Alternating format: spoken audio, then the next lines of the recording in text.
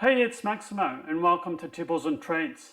I'm trying a Bunnahabhain Cladach single malt Scotch whisky. Join me on what should be an interesting review.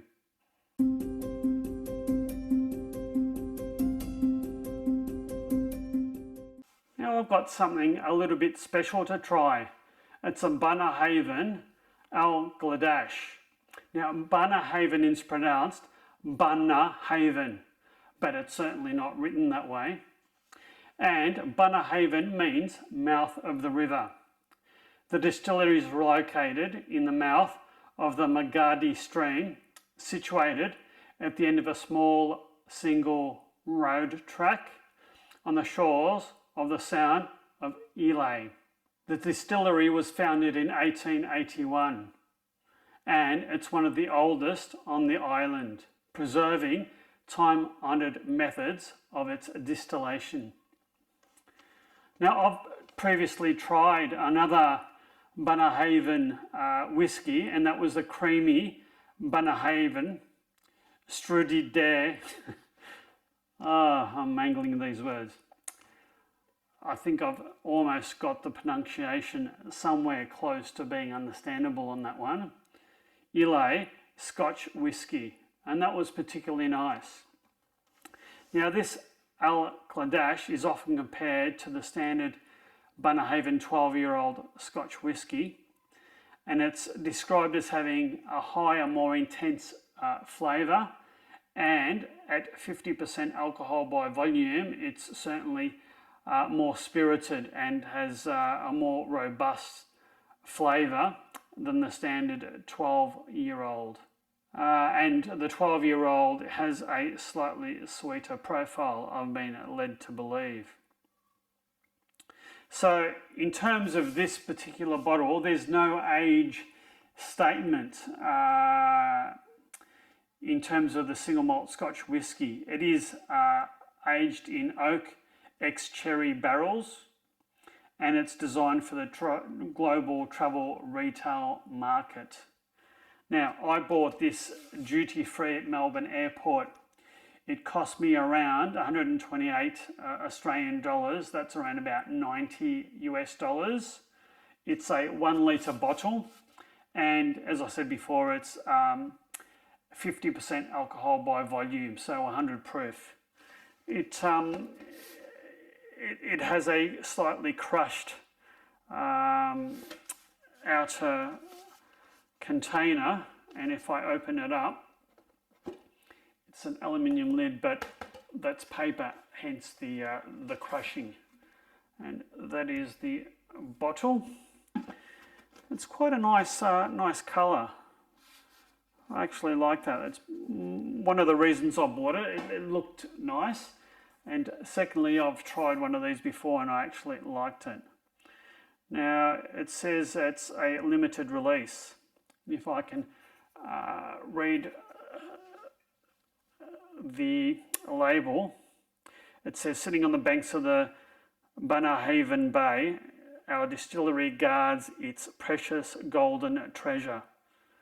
And Cladach, meaning the shore, I haven't got my glasses, in Gaelic, is a limited edition complex malt with a rich sherry influence and aromas of fruits, nuts and spice.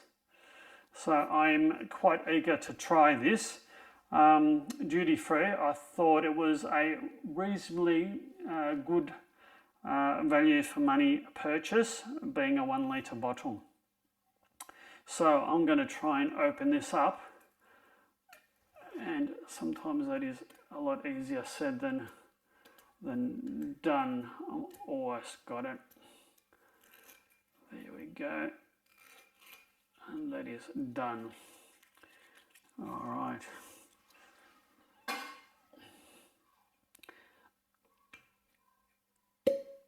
Oh, that was a nice little satisfying pop of the cork, and it is a plastic top. Is it plastic? I think it is. And it has a cork inside.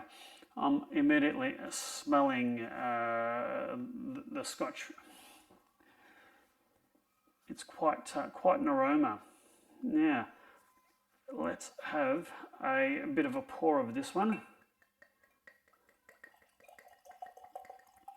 Very, very nice, satisfying glug of the bottle.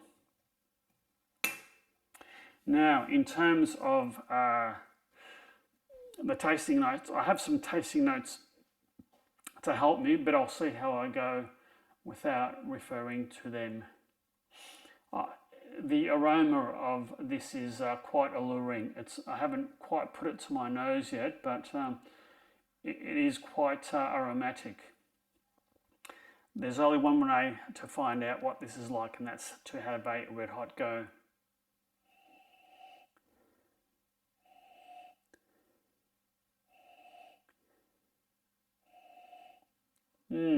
There's no hint of any smoke or peat. Islay Scotch whiskies are known for their peatiness, but this appears to be unpeated from the nose anyway. That's really quite nice. It does appear to be strong, but I think what I'm getting is notes of dried fruits, maybe dried nuts, vanilla, sort of toffee, perhaps caramel. It's slightly fruity, but I'd say it was more like dried fruits than fresh fruits. I'm going to be very eager to try this, and that's happening right now. Cheers.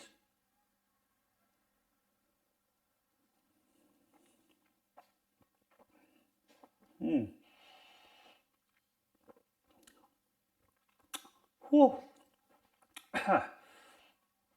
Oh, that burns. 50% alcohol. You can really taste it. I think initially it was the burn, the alcohol content. I'm going to have another taste of this now that my mouth is coated. Very, very nice nose. Anyhow, let's go.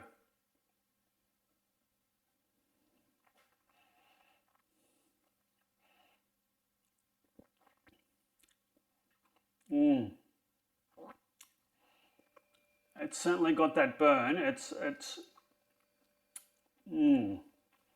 very, very lingering and pronounced finish. This is quite complex. There's a lot going on with this. I think initially there's a sweetness and a creaminess at the front of the palate. It gives way to, I'm not sure what it gives way to. There's so much happening.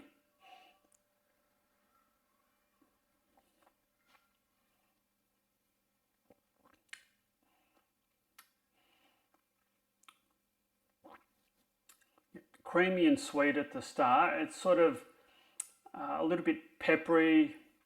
I'm getting sort of nuts, raisins, sort of dried fruits in the mid palate. And a bit of spice towards the end of that palate. And I'm getting a slightly salty aftertaste. It's a very, very long finish, slightly drying or astringent on the mouth. A little bit fruity, I think. It's certainly quite a complex and full-bodied single malt, that's for sure. This is quite intriguing. I didn't think there'd be so much to this. Certainly the nose is brilliant. I'll have another little sip.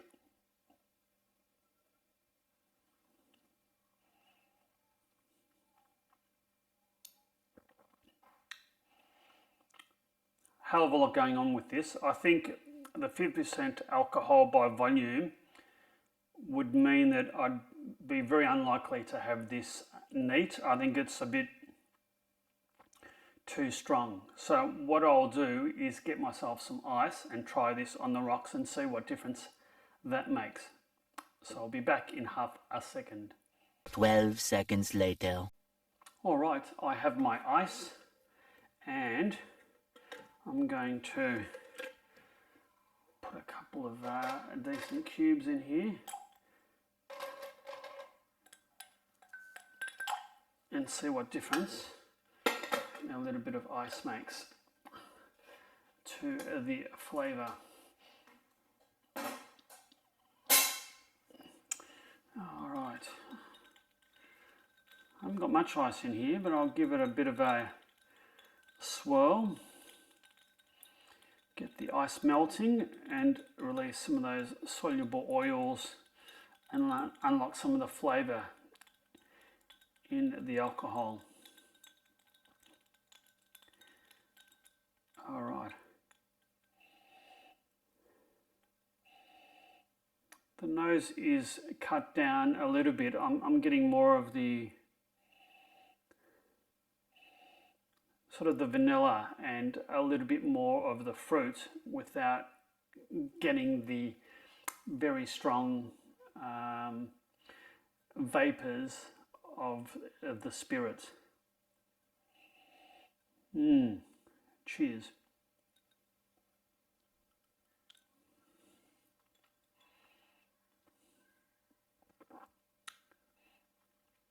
Oh, that's made a noticeable difference.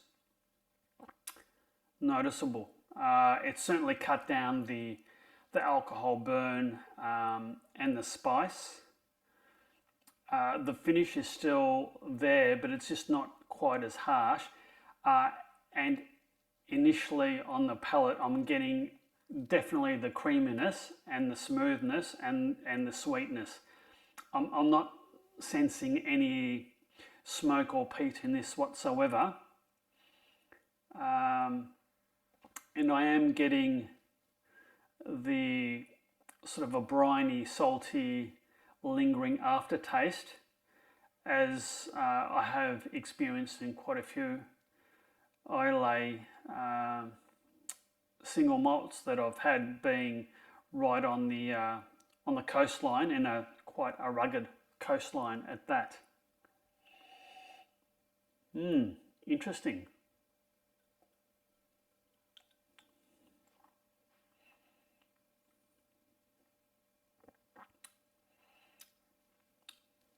That is an excellent Scotch on the rocks. I think it's toned everything down. It certainly toned the burn down, and it's made it a lot more approachable. But I'd say that if you're new to single malts, this probably wouldn't be a good starting point. I think it's quite complex, and I think there's a lot going on with this. But as the marketing blurb sort of indicates, this is quite an advanced and strong tasting single malt. It's certainly not easy drinking. Don't get me wrong, it's nice, but it's not sort of an easy drinking blended Scotch whisky. This has oomph, it has body, it has, I guess, a soul. And if you're an experienced Scotch drinker, I think you'd really, really like this. I think there's sufficient complexity and depth to this that, especially on the rocks, would make you quite happy to go out and buy this. So I'm quite happy with this purchase. It's a litre bottle, so that should last me a while. And yes, it's my second bottle of the Bu-nah-hav-en, and I've liked both bottles. So I'm travelling overseas again soon, and I'll look out for this duty free if the price is right. So that's been a very, very pleasant tasting, unexpected complexity and depth to this particular single malt. I do hope you've liked this tasting review. If so, please hit that like and subscribe button and hit that notify bell so you'll always be notified of my impending releases. And on that note, you take care and cheers.